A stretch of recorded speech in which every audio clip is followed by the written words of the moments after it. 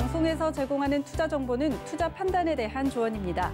방송에서 제공하는 주식의 가치, 가격 상승 및 가격 하락에 대해서는 방송사에서 보장하지 않습니다.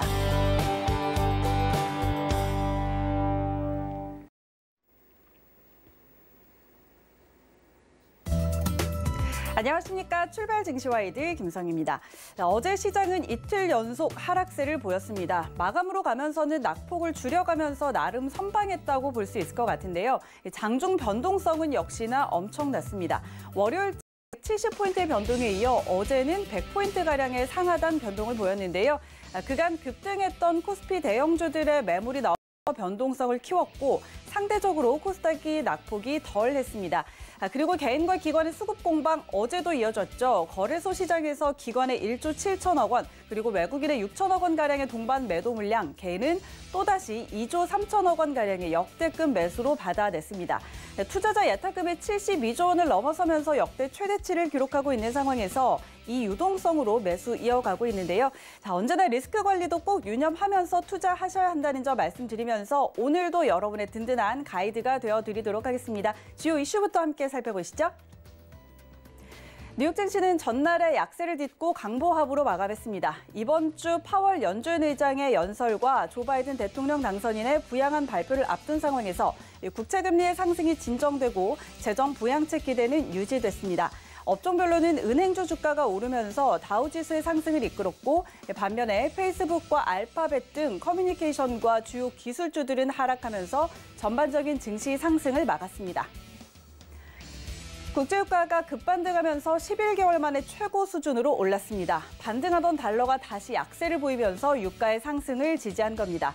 또 미국의 원유 재고가 5주 연속 줄었을 거라는 기대감과 사우디의 추가 감산도 유가 상승에 일조했는데요.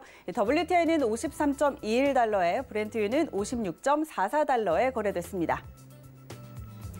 삼성전자가 역대 최고 성능을 자랑하는 모바일 AP 엑시노스 2100을 공개했습니다. 삼성전자는 엑시노스 2100은 5나노미터 극자외선 공정으로 생산되고 CPU와 GPU 성능이 각각 30%, 40% 이상 향상됐다고 밝혔습니다. 또 미세 공정으로 전력 소모를 줄여 탄소 배출 감축에도 기여할 것이라고 전했는데요. 엑시노스 2100은 현재 양산 중이며 갤럭시 S21에 장착될 예정입니다. 현대차그룹이 디젤 엔진 신규 개발을 전면 중단하고 가솔린 엔진도 단계적으로 개발을 멈춘다고 전했습니다. 하지만 내연기관 신차 개발은 당분간은 이어가는데요. 다만 큰 틀에서 완성차 라인업을 친환경차로 재편할 계획입니다. 현대차그룹은 선진 시장의 내연기관 신차 전면 중단 시점을 2040년 정도로 보고 있는데요.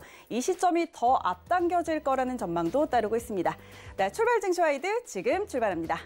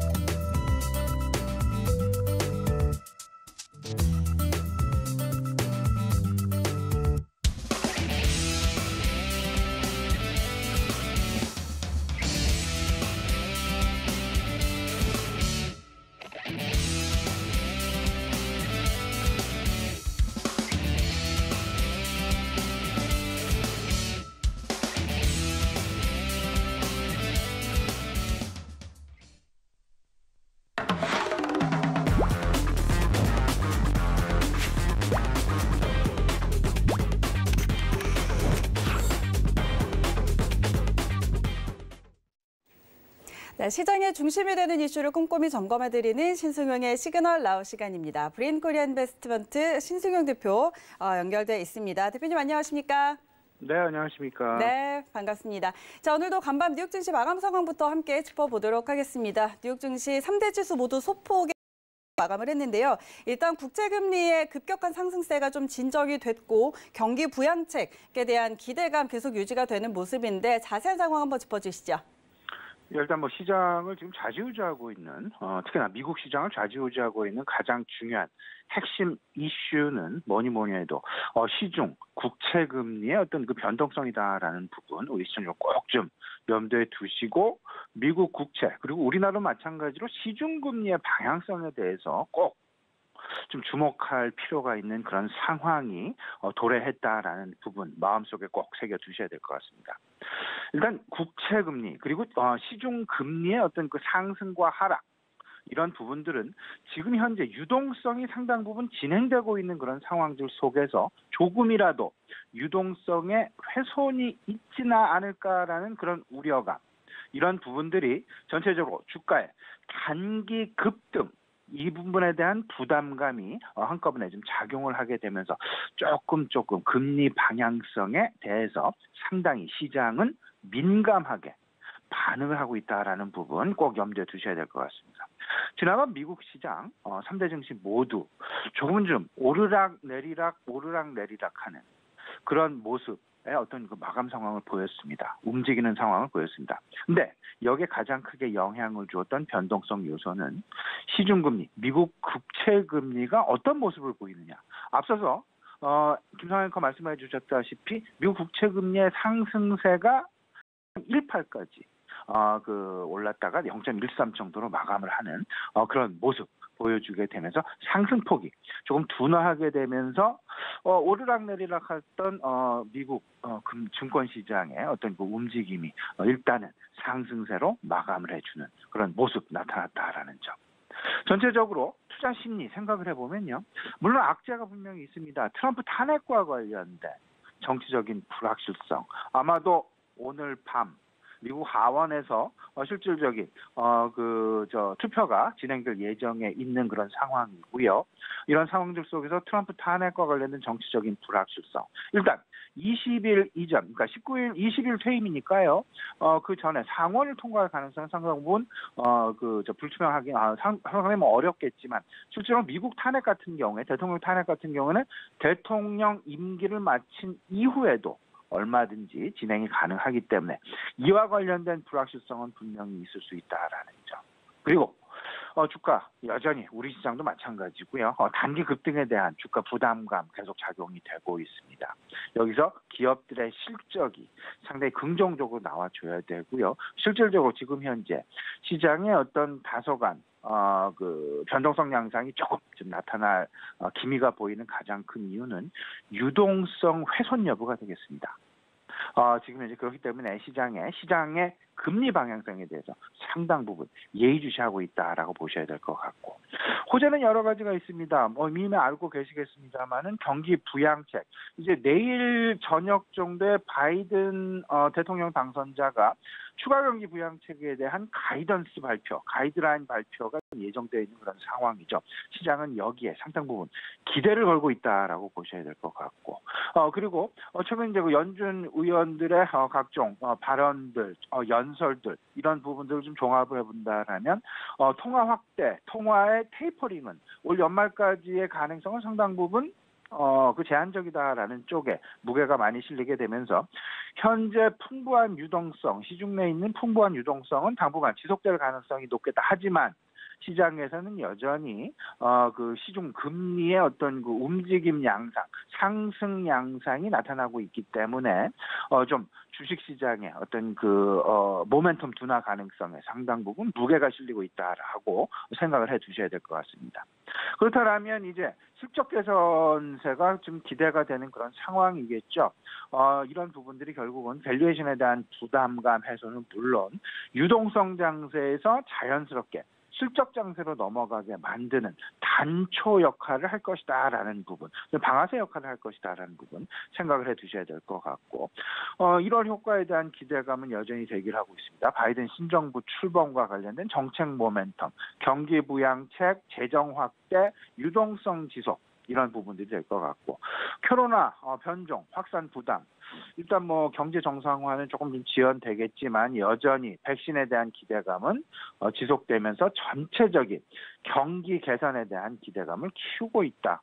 이렇기 때문에 시중금리의 상승이 조금씩 나타나게 되는 것이고 그런 부분들은 역설적으로 지금 이제 주식시장 내에 상승을 제한하는 요소로 작용하고 있다라고 보셔야 될 것 같습니다. 그렇기 때문에 지금 현재 투자 심리의 방향성에 있어서 가장 우리가 주목해야 될 부분은 상승세가 지속될 수 있겠느냐 없겠느냐의 여부에 상당히 초미의 관심을 가지고 지켜봐야 될 것이다라는 부분 말씀을 좀 드려봅니다. 근데 이제 일단 4분기 실적 시즌이 진행이 되면서 삼성전자가 지난주에도 긍정적인 이번 주에도 지난주에도 긍정적인 실적 발표를 했고 이제 발표되는 기업들의 실적 자체가 상당히 긍정적일 가능성이 높기 때문에 일단 실적 장세에 대한 진행 가능성 분명히 높고요. 금융과 실물 시장 간의 회복 격차 소위 말하는 회복과 관련된 경기 회복 그리고 금융시장의 회복 갭 속도의 차이가 오히려 역전되어질 가능성이 분명히 있겠다. 금융시장은 조금은 좀 쉬어가는 장세. 하지만 실물시장의 개선은 천천히 그리고 조금 더 가속화되어지는 그런 모습들. 실적 장세에서 유동성 장세에서 실적 장세로 넘어가게 되는 금리의 인상 이런 부분들이 결국은 지난밤 미국 시장에서도 금융주들의 상승세를 상당 부분 촉발시켜서 나타냈고요. 지난 월요일 그 스튜디오에 출연해서도 우리 시청자님과 말씀을 좀 드렸겠지만 유동성 장세의 마지막 단계는 금융업종이 활짝 꽃을 피는 그런 업종에 대한 수혜 현상이 나타나게 된다. 그것이 바로 최근 나타나고 있는 미국 시장. 그리고 이런 부분들은 결국은 우리 시장으로의 전이 가능성이 높지 않을까라는 부분.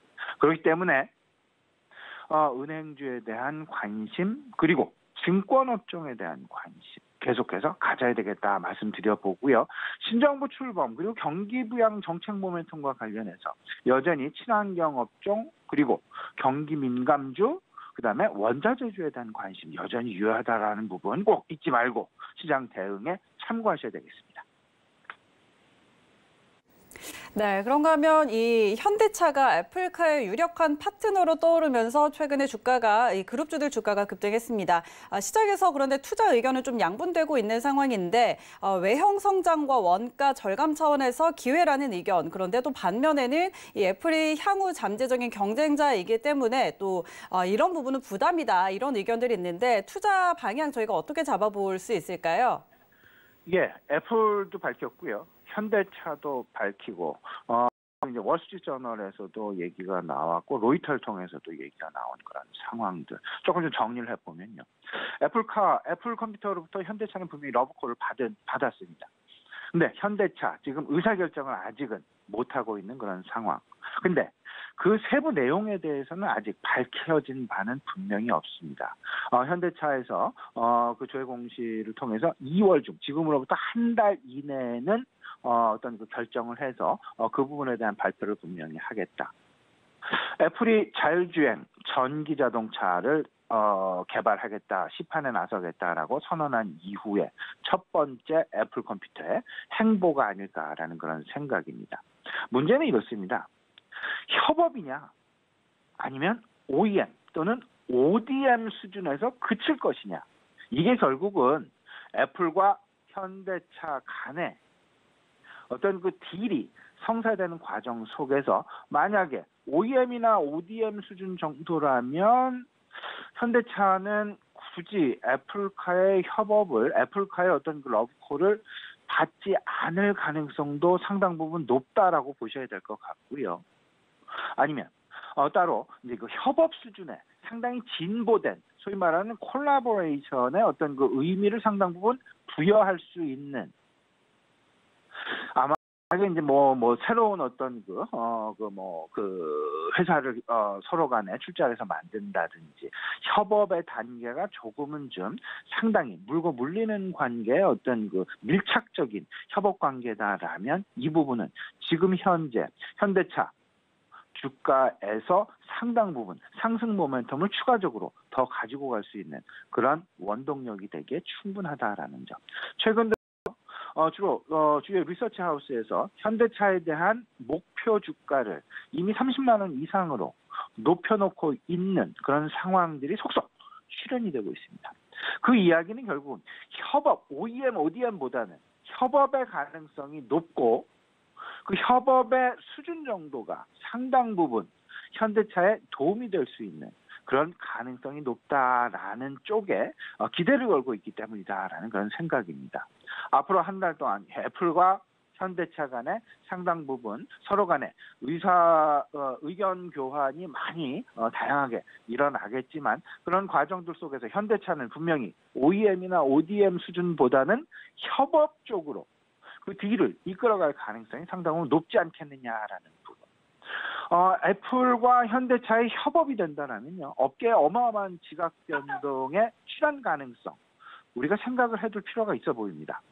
애플은 지금 현재 통신 IT의 글로벌 넘버 1 회사고요. 현대차는 완성차 글로벌 넘버 5입니다. 애플카가 나타나게 된다면 결국은 전기 자동차와 여기에 자율주행이 접목이 되고 또 한 가지 통신 기술이 접목이 되고 또 한 가지 애플 컴퓨터에 대한 그 소비자들의 충성도가 상당 부분 반영이 되면서 명실상부한 전기 자동차에 대한 전기 자율주행 자동차에 대한 글로벌 그 넘버 1이 될 그럴 가능성 상당 부분 높지 않겠느냐. 이런 어떤 그 기대감 분명히 가져보게 됩니다. 하지만 OEM이나 ODM 수준 오히려 악재일 가능성이 있습니다. 월스트리트에서는 지금 현재 현대차가 GM의 시가총액을 넘어 있다. 근데 그 OEM이나 ODM 수준으로 어떤 그 협업이 이루어지게 된다라면 GM의 시총을 선 현대차는 너무 좀 과열이 아니겠느냐라는 의견을 피력한 바가 있었고요. 그 배경에는 현대차 입장에서는 마진이 너무 적다. 애플에만 이 부분은 유리한 그런 딜이 성사될 것이다. 그 배경에는 대만의 폭스콘을 얘기를 했고요. ODM의 영업 마진은 1%에서 2%에 불과하다라는 점. 물론 현대차 매출은 증대시킬 수 있겠지만 수익성은 상당 부분 축소가 되면서 실질적으로 외형 성장에만 그치게 될 그럴 가능성. 하지만 우리는 이런 그림을 봐야 됩니다. 현대차의 딜도 봐야 되지만 거기서 파생되어지는 지금 시장 내에 던지고 있는 메시지가 무엇인가. 결국 2021년 시장은요. 전기차와 자율주행에 대한 테마가 시장 내에 매우 중요한 핵심 테마군이 될 것이다라는 점. 자율주행 시장이 결국은 전체적으로 시장 내 글로벌 빅텍들에 대한 서로 간에 선점을 하기 위한 각축전이 벌어질 가능성이 높겠다. 글로벌 빅텍 기업들 신성장 사업의 핵심 축을 자율주행과 전장 사업으로 이미 결정해서 시장 내에 소통을 하고 있다라는 부분 분명히 인지하고 계셔야 되고요. 여기에는 구글이 포함되고요. 아마존이 포함되고요. 애플도 포함됩니다. 우리나라 기업 중에는 삼성그룹과 LG그룹도 전장 사업을 미래 신성장 사업으로 이미 시장에 천명을 하면서 미래 성장 사업으로의 위상을 확고히 하고 있다라는 점. 이 부분은 앞서서 말씀을 드렸다시피 IT와 자동차, 통신의 소위 말하는 협업이다, 콜라보레이션이다라는 점. 결국은 전기차와 자율주행, 새로운 핵심 성장 산업으로 이해를 하셔야 되고요. 2021년의 IT 성장 로드맵의 방향성은 분명히 전기차와 자율주행이 될 것이고요. 최근 중국에 상장된 중국 전기차 니오, 미국에는 이제 ADR이 상장이 되어 있죠. 이 부분에 대한 최근 1년 주가 그래프를 보시게 되면 10불 이내에 있었던 주가 불과 6개월 만에 60불까지 지난 밤에 한 1% 하락해서 마감을 했는데요. 그럼에도 불구하고 시장은 상당히 니오 전기차에 대한 긍정적인 어떤 그 성장성을 계속해서 내포하고 있다라는 부분. 전기차 중국의 니오와 테슬라 서로 간의 주가가 테슬라가 상승을 하면 니오의 주가는 다소간 하락을 하고 니오의 주가가 상승을 하면 테슬라의 주가는 다소 하락을 하게 되는. 하지만 전체적인 파이는 그리고 전체적인 시장 내 관심은 전기차로 계속해서 쏠려갈 수밖에 없는 그런 상황. 그 이야기는 전기차에 대한 관심 계속해서 가져야 되고 전기차에 얹혀질 4차 산업혁명군에는 어떤 부분이 있을까? 결국에는 여기에는 자율주행이 있을 수밖에 없다라는 점. 이 자율주행 그리고 전기차 계속되는 애플카와 현대차의 협업이건 애플카와 현대차의 OEM, ODM이건 결국에는 시장 핵심 테마군은 전기 자율주행이다라는 점 꼭 우리가 명심하고 그리고 가슴속에 넣고 시장 투자 전략에서의 핵심 축으로 삼아 가셔야 될 것 같습니다. 네, 전기차에 대한 관심 그리고 특히나 또 자율주행 테마에 대한 관심 핵심 축으로 삼아보자라는 이야기 해주셨는데 자 오늘 우리 시장 지금 이틀 동안 조정을 받았습니다. 좀 변동성 큰데 이런 상황에서 오늘장 투자 전략 어떻게 가져갈까요? 예, 지난 이틀 동안 변동성이 있었던 시장에서 좀 가장 눈에 띄는 부분은 개인의 순매수 이틀 동안 누적 7조 원입니다. 상당히 많은 금액의 순매수를 보여줬다. 이 이야기는 거꾸로 얘기하면 시장이 쉽게 가라앉을 것 같지는 않다라는 점. 근데 다만 한 가지 우려되는 부분은 유동성의 훼손 여부. 이 부분 당장 유동성이 꺼지지는 않습니다. 하지만 유동성의 지속 여부에 따라서 분명히 시장 추가 상승을 할 수 있을 것이냐 아니면 추가 상승이 아닌 어떤 그 기간 조정 그러다가 시장 모멘텀이 둔화되면서 어찌 보면 잘못하다간 거품으로 아니면 실적이 좋아져서 다시금 추가 상승을 어떤 그 변동성 내지는 변곡점 구간에 위치하고 있다라는 부분. 거기에 가장 크게 영향을 주는 부분은 뭐니 해도 시중 금리의 변동성 부분이 되겠습니다. 시중금리의 방향성을 잘 보시고 지난밤 미국 시장의 변화부, 미국 시장의 움직임의 핵심 요인이 시중금리였다라는 부분, 미국채 금리였다라는 부분을 상기시켜 보시면서 우리 시장에도 유동성과 관련된 어떤 그 훼손 여부가 가장 큰 핵심 방향타 역할을 할 것이다라는 부분 분명히 생각을 두셔야 될 것 같습니다. 다시 말씀을 드리지만 지금 시장 내에서의 고려사항은 분명히 두 가지입니다. 유동성이 지속될 가능성이 있겠느냐 없겠느냐, 재정정책의 확대, 지금 현재 확대 통화정책의 지속 여부, 이 부분에 계속 우리는 관심을 가져야 될 것 같고 여기에 이제 실물 경기가 회복 진행이 될 수 있겠느냐에 없겠느냐의 여부. 이 부분은 결국은 물가와 고용입니다. 미국 이제 오늘 저녁에 소비자 물가 지수가 발표가 되고요. 이제 금요일 저녁에는 생산자 물가 지수 발표가 예정이 되어 있습니다. 물가 부분 꼭 눈여겨 보셔야 될 것 같고요. 그 사이에 채권 시장의 변동 부분 꼭 관심 가지고 지켜보셔야 되겠다. 하지만 일단 단기적으로 그럴 수 있지만 전체적으로는 지금 1월 효과라는 기대감이 분명히 존재합니다. 바이든 신정부 출범과 관련해서 그리고 우리 시장에서도 그 정책과 관련된 계속해서 나타날 수밖에 없다라는 점. 그렇기 때문에 재정 확대와 유동성에 대해서 관심을 가지면서 친환경 그에 대한 관심 계속해서 가져나가셔야 될 것 같고요. 실적장 4분기 실적 시즌이 진행됩니다. 그렇게 되면서 결국은 자연스럽게 실적 장세의 움직임 가능성. 근데 조금 더 안전성을 담보한 그런 상황에서 생각을 해본다면 업사이클 업종에 관심을 갖자.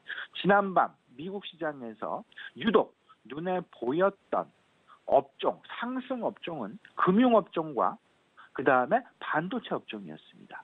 이 부분을 눈여겨보신다면 오늘 시장, 우리나라에서도 은행주, 증권주, 그리고 반도체 업종에 대한 관심이 크게 나타날 가능성이 있을 수 있다라는 점 꼭 좀 진짜 관심을 가져나가셔야 될 것 같습니다. 그러면서 전체적으로 지수 급등에 대한 부담감은 있기 때문에 중소형 2차 전지 그리고 IT와 자동차 업종에 대한 대형주들에 대한 파생 업종 4차 산업에 관심을 가져보자. 결국은 IT 성장 로드맵이 전, 차, 환경 아우르게 되는 콜라보라는 점을 생각을 해보시면서 IT와 자동차, 친환경 이 부분을 아우르게 되는 중소형 테마군들의 관심을 가져보자. 전차에서 파생되어지는 4차 산업에 대한 관심을 가져보자. 자율주행과 5G, 2차 전지 관련주. 분명히 2차 전지 핵심주도 있을 수 있겠지만 2차 전지에서 파생되어지는 관련주들도 분명히 있습니다. 자율주행도 마찬가지가 되겠습니다. IT, 자동차, 부품주들에 대한 관심. 분명히 이 부분으로 확산되어질 가능성 염두에 두고 시장 대응 해나가자라는 부분. 마지막으로 한 가지 더 말씀을 드리면 금융주에 대한 관심은 절대 잊으셔서는 안 될 것 같습니다. 유동성 장세의 마지막 불꽃을 활활 태우는 그런 업종이 금융업종이기 때문에 은행업이나 증권업종, 특히나 증권업종에 대한 관심은 꾸준히 가져갈 필요가 있어 보인다라는 점 시청률 꼭 좀 기억해 두시고 투자 전략에 참고하시면 좋겠습니다. 네, 4차 산업 관련 업종에 대한 관심 그리고 증권업종, 금융주들에 대한 관심까지 짚어주셨습니다. 지금까지 브리엔코리아인베스트 신승훈 대표와 함께했습니다. 대표님 고맙습니다.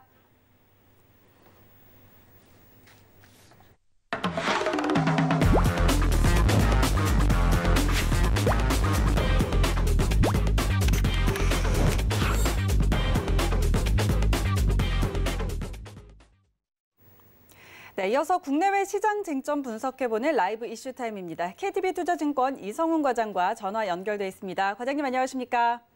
네, 안녕하십니까? 네, 반갑습니다. 자, 오늘도 시장 이야기 한번 나눠보도록 하겠습니다. 연일 최고가 경신하던 우리 시장이 이틀 동안 조정을 받았습니다. 개인과 기관 역대급 물량의 매도 공박이 이어지고 있는 상황인데 이 안에서도 장중의 변동성이 엄청납니다. 자, 이렇게 변동성 장세에서 투자 전략 어떻게 가져가 볼 수 있을까요? 네, 우선 최근에 시장에 대한 급등량 장세가 좀 나타나지고 있습니다.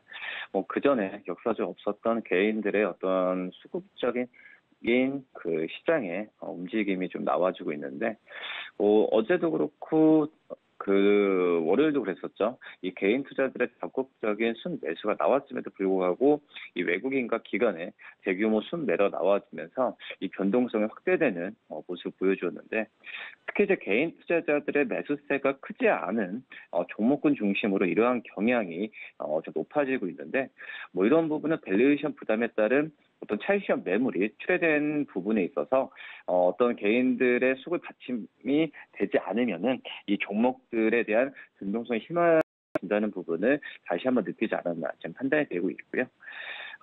지금 현재 미국 증시 같은 경우에도 이 금리가 좀 안정화가 되고 있죠. 그러면서 지수 변화가 제한되는 모습이 좀 가고 있는데, 그렇기 때문에 우리나라 증시를 본다고 하더라도 이 개별 호재성 재료가 유입된 종목군과 또 인플레 수혜 업종 중심으로 최근에 좀 강세를 보여주고 있는데, 그렇기 때문에 지금 현재는 종목별 장세가 더 심해질 가능성이 좀 있지 않을까 이렇게 좀 판단이 되고 있습니다. 우선 시장 분위기 전환의 어떤 그 부분은 개인 수급도 여러 가지 있겠지만은 글로벌적인 어떤 이벤트 부분이 중요하다라고 볼 수 있겠고요. 이 애틀랜타 연준 총재의 테이퍼링 발언이 제공했다라고 좀 판단하고 있는데, 작년까지 0%에 머물렀던 미국 10년물 금리가 1%에 진입했다는 점도 심리상으로 봤던 추가 부담 요인으로 작용했다라고 좀 볼 수 있겠고요. 만약 테이퍼링 연내 시행될 가능성이 높을 경우에 모든 것을 선반영하는 부분이 어떤 주식시장이기 때문에 어떤 그 미국 금리는 지금 더 빠르게 올라갈 가능성도 좀 있지 않을까 판단이 되고 있습니다. 아직까지는 그런 징후가 좀 보이지는 않고 있는데, 우선 미국 주식시장도 그렇고 우리나라 주식시장도 그렇고 변동성에 대한 대비는 빠르게 해야 되지 않을까 지금 생각이 되고 있고요. 한마디로 단기간에 이 대형주 폭등에 대한 예를 펼친 만큼 순고르의 장세가 출현할 가능성은 그래서 염두에 둬야 되지 않을까 이렇게 보입니다. 네, 그런가 하면 이제 통상 100만 원이 넘는 주식들을 황제주라고 하죠. 그런데 연초 지금 시작해서 LG화학과 NC소프트가 황제주로 등극을 할 것인가 관심을 많이 받고 있습니다. 두 종목 모두 종가 기준으로는 아직 100만 원에 안착을 하지 못했는데 장중 고점으로는 100만 원을 넘었었죠. 앞으로 전망 좀 어떻게 볼 수 있을까요? 네, 우선 100만 원 두 기업 다 안착에는 아직 실패를 했지만 지금 황제주, 그러니까 100만 원이라는 이 타이틀에 대한 부분에 있어서 이 황제주라고 약간의 애칭을 많이 하고 있는데 100만 중요한 부분보다도 이 LG화학과 NC소프트 어떻게 보면은 시장을 주도했었던 종목, 그리고 업종 안에서 탑픽인 종목들에 대한 상승 여력이 뭐 다른 업종에 대한 분위기까지도 연결시킨다는 면에서 이 기업들의 어떤 100만 원 안착은 굉장히 좀 중요하지 않나 판단이 되고 있고요. 우선 대부분의 증권사도 그렇고 100만 원을 넘는 것은 물론이고 더 오를 여력이 충분히 있다라고 좀 판단이 되고 있습니다. 이 LG화학은 전기차와 2차 전지 산업이 급성장하는 시기로 진입하면서 당분간은 변수로 작용할 만한 이 다운사이드 리스크는 없는 상황이고요. 이 NC소프트는 신작 기대감이 본격적으로 주가에 반영되는 시기이기 때문에 이 밸류에이션을 본다고 한다면은 저평가 지금 국면이다라고 볼 수 있겠습니다. 특히 이제 LG화학 같은 경우에는 작년 4분기 영업이익은 8,167억으로 전년 동기 대비 흑자 전환이 예상이 되고 있는 상황인데요. 다만 당초 기대했었던 8,290억 정도 이상은 못 미칠 것으로 보여주고 있어서 이런 부분에 있어서 약간의 좀 주가가 어제도 좀 약간의 좀 하락세를 좀 보여주었는데요. 하지만 이 LG화학의 증권사들의 목표 주가는 계속 올려주고 있습니다. 작년 10월부터 작년 12월까지 100만 원 이상의 목표 주가는 제시를 안 했었는데 올해 초에 96만 원에서 지난 5일이었죠. 98만 원. 그리고 지난주 7일에 100만 원을 넘어서는 목표 주가가 증권사에서 제시가 됐고요. 지금 현재는 이 LG화학의 이런 목표 주가가 지금 130만 원까지 최근에 가장 가까운 것은 상향까지 됐는데 역시 중국의 CATL의 그 경우에는 시가총액 160조 원을 달하는 걸 본다고 하더라도 LG화학이 아직까지 저평가 수준이라는 부분을 증권에서 많이 어필하는 걸로 판단되고 있습니다. 우선 LG화학의 실적에 있어서 올해 가장 중요한 부분은 역시 배터리 사업이라고 볼 수 있겠는데 올해 배터리 쪽 매출액은 18조 4천억으로 전년 대비 48%까지 증가할 것으로 이 전망이 되고 있고요. 두 번째는 EV 배터리, 전기차 배터리와 소형 배터리 이익 규모가 바뀌는 부분입니다. 이 LG화학의 창사 이래 이 배터리 사업분의 이익 기여는 절대적으로 소형 배터리가 발생했는데 EV 배터리의 가파른 수익성 개선으로 이 최대 이익 창출원 또한 변경될 가능성이 크다라고 판단이 되고 있고요. 그렇기 때문에 이런 전기차 배터리에 대한 부분에 있어서 어떤 기존의 화학에서 배터리로 많이 변화되는 어떤 중요한 변곡점이 오래이지 않을까 이렇게 보입니다. 또 여기에 이 전지사업 부분이 분사하면서 출발한 LG 에너지 솔루션이 이 기업 공개 작업이 본격화됐다는 얘기가 들려주고 있는데 그렇기 때문에 LG화학의 주가에 대한 흐름은 긍정적일 가능성이 크다라고 좀 볼 수 있겠고요.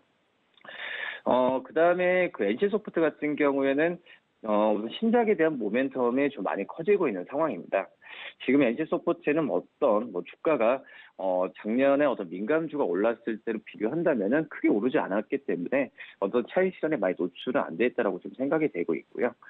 우선 신작 게임들의 출시가 눈앞으로 다가온 만큼 주가에 대한 우상향 궤도는 유지할 가능성이 크다라고 좀 판단되고 있고 지난 4일에 일본과 대만에서 리니지 2M의 티저 사이트를 오픈하고 올해 1분기 중에 양 국가에서 게임을 출시한다고 발표했는데요. 원래 대만에서만 1분기 때 출시하고 일본에는 연내 출시한다는 기존 계획보다는 앞당겨진 상황이지 않을까 이렇게 좀 판단되면서 NC소프트 LG화학 100만 원에 대한 안착은 충분히 가능성이 크다라고 판단이 됩니다. 네, 그리고 지난해 국내 M&A 시장도 뜨거웠습니다. 특히 하반기에 대거 빅딜이 성사가 됐는데 지난해 M&A 이 금액이 전년 대비해서 15%가량이나 증가했다고 합니다. 이에 따라서 올해도 역대급 시장이 될 거다라는 전망들을 따르고 있는데요. 어떻게 전망하고 계실까요? 네, 우선 작년에 이 M&A 거래 금액이 전년 대비 15% 증가한 것으로 나타났는데요. 이 코로나19, 또 미국과 중국의 무역 분쟁 같은 대내외 리스크로 작년에 상반기 시장 봐도 침체됐지만 이 하반기부터 빅들이 대거 성사되면서 시장 분위기를 끌어올렸다라고 좀 볼 수 있겠는데요. 우선 한국 M&A 거래소가 발표한 내용에 따르면 작년에 체결된 M&A 거래 금액은 47조 5,715억으로 2019년 41조 3,700억에 비해서는 15% 증가한 것으로 나타났습니다. 거래 건수는 720건으로 2019년에 731건 대비해서는 소폭 감소했고요. 가장 큰 비중을 차지한 업종은 소프트웨어였는데요. 작년에 체결된 소프트웨어 기업의 M&A는 총 89건으로 전체 거래 중에 11.4%를 차지했고요. 그 다음으로는 높은 비중을 차지한 업종은 부품, 소재, 화학, 그리고 정보통신, 영상, 콘텐츠 업종이 크다라고 볼 수 있겠습니다. 2019년에 가장 큰 비중을 차지했던 건설, 부동산, 이 광업 분야는 거래 건수가 81건에서 53건으로 줄어들면서 비중 역시 11.1%에서 7.4%로 감소했고요. 이 서비스업도 같은 기간에 78건에서 52건으로 거래 건수와 비중이 모두 감소했습니다. 이 코로나19 영향으로 상업용 부동산 시장과 서비스 업황이 악화되면서 이 관련 기업 거래도 잠깐 숨고르게 들어간 것으로 판단되고 있고요. 작년에는 M&A 건수가 후반기로 갈수록 증가를 했는데 1분기에는 M&A가 138건이 이루어졌습니다. 이 수치는 2분기 148건, 3분기 190건, 4분기 244건으로 본다고 하더라도 작년 하반기 때 M&A에 대한 부분이 많지 않았나 좀 생각이 되고 있고요. 작년에 가장 이런 빅들 금액 중에서 큰 게 바로 이제 SK하이닉스의 인텔 낸드플레이 사업부 인수라고 좀 볼 수 있겠고, 여기에 또 두산그룹의 구조조정도 있었죠. 이런 부분이 대부분 하반기에 체결됐던 상황이라고 볼 수 있겠습니다. SK하이닉스가 낸드플레이 사업 경쟁력을 강화하기 위해서 10조 3,104억 원의 인텔의 옵테인 사업부를 제외한 낸드 사업 부분 전체를 좀 인수를 했는데, 이런 점에서 어떤 이런 대기업들의 그런 소프트웨어를 중심으로 한 어떤 M&A는 올해 상반기에도 충분히 이뤄질 가능성이 좀 있지 않을까, 좀 이렇게 보입니다. 네, 그런가 하면 국제 곡물 가격의 강세가 수개월째 이어지고 있는 상황입니다. 이에 따라서 국내외 농산물 펀드도 높은 수익률을 기록하고 있다고 하는데요. 관련한 투자 전략은 어떻게 세워볼까요? 네, 최근에 지금 국제 곡물 가격 강세가 좀 계속 이어지고 있습니다. 우선 최근 6개월 수익률 30%를 웃돌면서 다른 원자재 같은 다른 상품 펀드의 수익률을 크게 웃돌고 있는데요. 우선 ETF 포함한 농산물 펀드 9개 6개월 평균 수익률은 31.53%를 집계 됐고요. 같은 기간 원자재 펀드의 수익률 15.1%를 2배 이상 웃도는 그런 상황입니다. 이 농산물 펀드는 최근 한 달 수익률도 12% 넣으면서 이 좋은 성과를 이어가고 있는데요. 우선 국제 곡물 가격이 작년 8월부터 본격화하면서 이 6개월간 상승 꾸준히 좀 이어지고 있고요.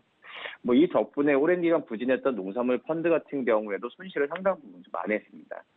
이 국제 선물 시장에서도 옥수수와 대두 가격은 작년 8월부터 올해 1월 현재까지 50% 이상 뛴 모습 보여주었고, 이 소맥 가격 같은 경우도 같은 게 20%가량 오른 모습을 좀 보여주었습니다. 이 곡물 가격 같은 경우에는 작년부터죠. 세계 주요 곡창지대에서 이상기후 현상이 나타나면서 오르기 시작했는데요. 이 대두는 남미 지역의 라니냐로 공급이 줄어든 반면에 이 중국에서 수요가 급증하면서 가격 폭등했고요. 이 옥수수도 남미 생산량 감소 우려에 대두 가격 상승으로 인한 파급 효과까지 겹치면서 가격이 뛰었습니다. 특히 이제 밀 같은 경우에는 주요 수출국의 공급량 감소와 또 미국과 러시아의 생산 감소 우려로 좀 올랐다라고 볼 수 있겠고요. 이 코로나19 영향도 있습니다. 이 물류와 노동력 이동의 어떤 차질이 빚어진 점도 공급에 좀 지장을 줬다라고 볼 수 있겠고요. 우선 이 달러와 약세 같은 이런 거시적인 환경 같은 경우에도 투자 수요를 끌어들이고 있다는 분석이 나와주고 있는 상태라 볼 수 있겠고요. 이 농산물 같은 원자재는 주로 미국 달러화로 거래되는데, 이 달러가 약세를 보이면서 원자재 가치는 상대적으로 오르는 경향이 있는 것도 이런 이 농산물 펀드의 직접적인 수익률에 영향을 주지 않았나 이렇게 판단이 되고 있습니다. 향후에도 봤을 때도 이 농산물 쪽에서의 어떤 수요보다 그 공급보다도 이 수요에 대한 증가 부분이 나올 가능성이 크기 때문에 이 농산물 펀드에 대한 관심을 꾸준히 가져야 되지 않을까 이렇게 보입니다. 네, 자 지금까지 KTB 투자증권 이성훈 과장과 함께 이슈와 전략 살펴봤습니다. 과장님 오늘 말씀 고맙습니다. 네, 감사합니다. 네, 오늘 출발 증시와이드 준비된 내용은 여기까지입니다. 저희는 잠시 후에 순간포착 매매 시그널로 돌아오겠습니다. 고맙습니다.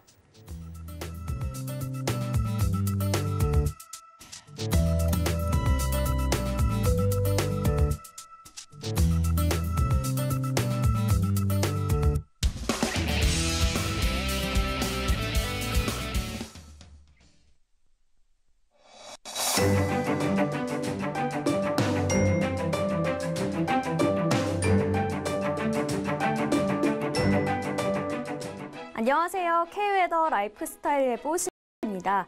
어제 서울을 비롯해 곳곳으로 눈이 내렸는데요. 새벽 동안 눈은 모두 그치고 현재는 대체로 맑은 날씨를 보이고 있습니다. 하지만 밤사이에 쌓인 눈이 얼면서 빙판길이 나타나는 만큼 출근길 교통안전에 각별히 유의하셔야겠습니다. 한편 눈이 그치고 난 뒤 한결 포근해지겠는데요. 현재 서울의 아침 기온 영하 3도, 광주 영하 2도 보이고 있고요. 한낮에는 서울 9도, 광주 12도로 평년 기온을 웃돌겠습니다. 오늘은 중국 상해 부근에서 동진하는 고기압의 영향을 받아 전국이 대체로 맑겠습니다. 다만 황사에 주의하셔야겠는데요.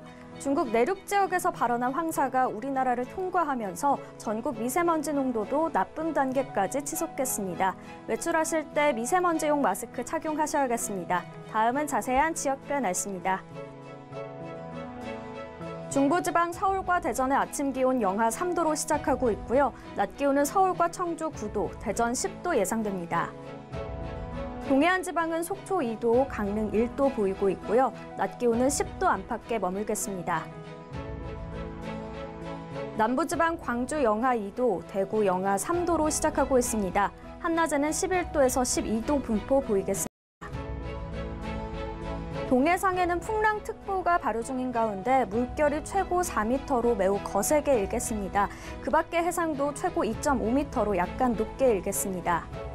올해 금요일에는 중부지방과 전북, 경북을 중심으로 비가 오겠습니다. 이 비가 그친 뒤 주말부터 다시 한파가 시작될 전망입니다. 날씨였습니다.